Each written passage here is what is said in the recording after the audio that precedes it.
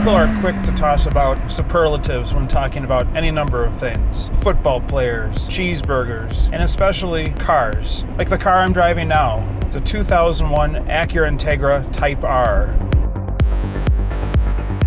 And the superlatives used with the Integra Type R are most often, it's the best handling front-wheel drive car of all time. And you know what? They're not wrong. Is it the best? Perhaps, but to me, it's also the most refined. It was the best front-wheel drive performance car of the era. And yes, I'm using superlatives as well. With an 8,400 RPM four-cylinder, naturally aspirated, that makes 195 horsepower. I don't want to sound cliche, but it's all about the VTEC, yo. Why? Because of this.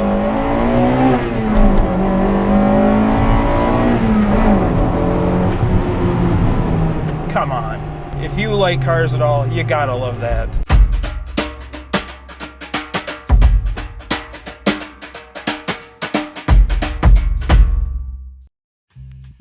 (2001) marked the final year of the Acura Integra, and with it, the last of the Type R variant.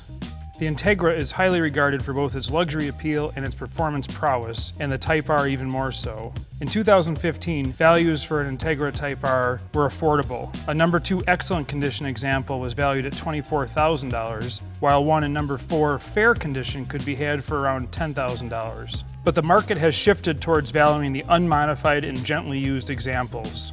In May of 2021, a number 2 excellent condition Integra Type R has a value of around $46,000, while a number 1 concourse ready example has a valuation of $70,750. This video review is intended to give an overview of what it's like to buy an Integra Type R, but keep in mind that values change over time. For even more details and up-to-date information, please click the link below to go to Hagerty.com. So how did Acura do it? Well, first of all, they looked at every component of the Integra and figured out where to make it better, where to make it lighter. In fact, it's 90 pounds lighter than the next lowest Integra, the GSR, which was their sporty Integra that most people had, including me. So today, I've borrowed what is likely the world's nicest, most original, next to new Integra Type R. This car has 4,600 miles on it, and it is essentially stepping back in time. It reminds me of how great these cars were, and why they're still relevant today, and why you want one, even if you don't know that you do right now. The car is just alive. It's light, it's lively, but the steering is perfectly weighted. The shifter falls right to hand. It's a perfect 5-speed gearbox. Every little detail feels over-engineered, like it's carved out of a solid chunk of billet. But obviously, the heart and soul of an Integra Type R is the engine. VTEC is addictive. What is VTEC? Variable valve lift and electronic timing control. So what it does is when you hit the certain RPM where the VTEC engages, it changes the camshaft lift and the camshaft timing. So under, let's say 5,000 RPM, you're driving around on a street-friendly cam profile with less aggressive camshaft timing. But when the conditions are right, and the oil temperature's right, and the water temperature's right, and all the computers say, we can engage VTEC when this idiot wants it, it happens. And it's an otherworldly experience. It helped this engine make more horsepower per liter than the Ferrari 355 of the same time. What it also made was this ungodly, incredibly great sound.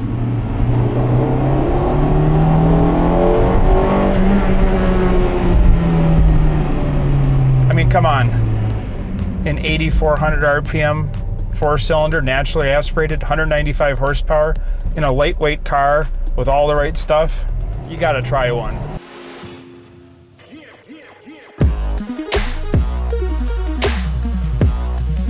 So you've decided that you want an Integra Type R, and you found one that you think is a good fit. Here are a few things you should do when you start looking at the car to make sure it's real, because there are a lot of fake Integra Type Rs. No sunroof. They're all slick tops, as the kids like to say today. There will also be no body side moldings, as all the other Integras had. Of course, it would be easy to fake these anthracite-colored ITR wheels. It's also easy to fake adding the rear wing, but there are some telltale things in the rear as well. In 1997, all the Integra Type R sold here had no rear window wiper. So if you see a 1997 Integra Type R with a rear window wiper, it's either had the hatch replaced or it didn't start life as an Integra Type R.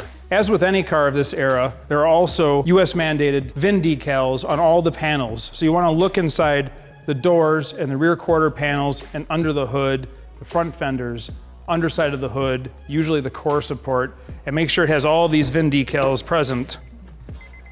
And these are tamper-proof, so they can't be removed or replaced onto another panel. That's a pretty good indication as well that you're looking at a legit car if all these numbers match the VIN on the dashboard. And also with any car of this era, it's easy to run a Carfax report and see if it has a good history, if it's had any accidents or anything reported in the Carfax. But of course, Carfax is just a guide. They're not infallible and they don't always catch everything. Use it as one data point in your research, not something that you rely on 100%. So let's take a look under the hood.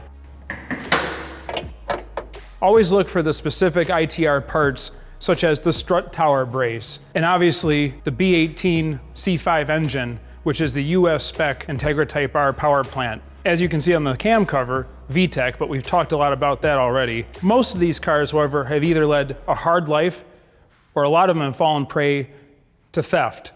And when these cars get stolen, they're either so valuable as a whole, they get exported out of the country, or they get cut up for parts because the parts are also very easy to sell. So it is not uncommon to find an Integra Type R that has a replacement engine or gearbox. And that's pretty easy to sort out. Right down on the front of the engine block facing the radiator is the VIN stamped into the block. There's also a VIN tag on the bell housing for the transaxle. So you want to make certain that the VIN tags match the chassis of the car. And again, VIN decals on all the panels should all be there and they should all match as well. Of course, beyond the VIN tag on the dash and these handy VIN decals on all the panels, there's also a stamped in VIN on the firewall, which should also be cross-checked as well. If it sounds like I'm making a lot out of checking all the numbers on Integra Type R, again, there's good reason. A lot of these have been stolen, wrecked, rebuilt, and otherwise faked up or doctored up from when they left the factory.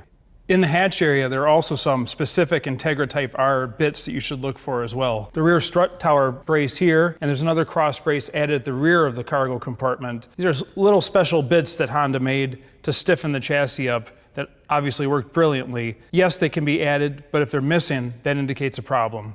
On the inside of an Integra Type R, there are a few unique things as well. The NSX-inspired gauge cluster is backlit in amber only on Integra Type Rs.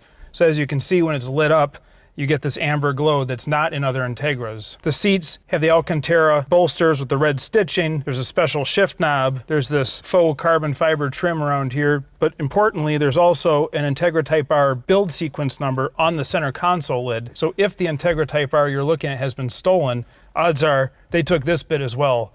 So always make sure this badge is present, and you can check with the Integra Type R Club to make sure it corresponds to the chassis number of the car you're looking at.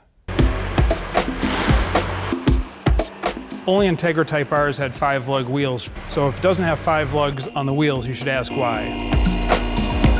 When looking at the rest of the vehicle, you always want to look again. It's a unibody car. Does it have any damage to the rocker panels, to the jacking points, to the frame rails, to the floorboards? Under the Integra Type R, we see that it features the same double wishbone suspension front and rear with coilover shocks, just as every other Integra. But the Integra Type R has a few special features that you need to look for when you're thinking of buying one. And if we walk to the back, this is a critical component back here. The rear crossmember is reinforced for a heavier sway bar and also has this cross brace. This is a dead giveaway. If the car you're looking at doesn't have this reinforced rear crossmember that's specific to the Integra Type R, start asking a lot of serious questions of the seller. Best handling front-wheel drive car of all time? Yeah, probably, but it's also a car that you just want to keep driving. It's so perfect. And remember, in the late 1990s, 1997, when the Integra Type R came out, there wasn't this kind of technology in a front-wheel drive economy car. Yes, we had hot hatchbacks. Yes, we had GTIs. Yes, we had any number of performance cars. But Acura made one that will stand the test of time. They made, perhaps, another superlative, one of the greatest of all time. But of course, getting one of the greatest of all time does come with a price. If you find a great Integra Type R, be prepared to spend more than you would have to for any number of new cars today. But that money gets you something special, a car that you love to own. And that's what collector cars are all about.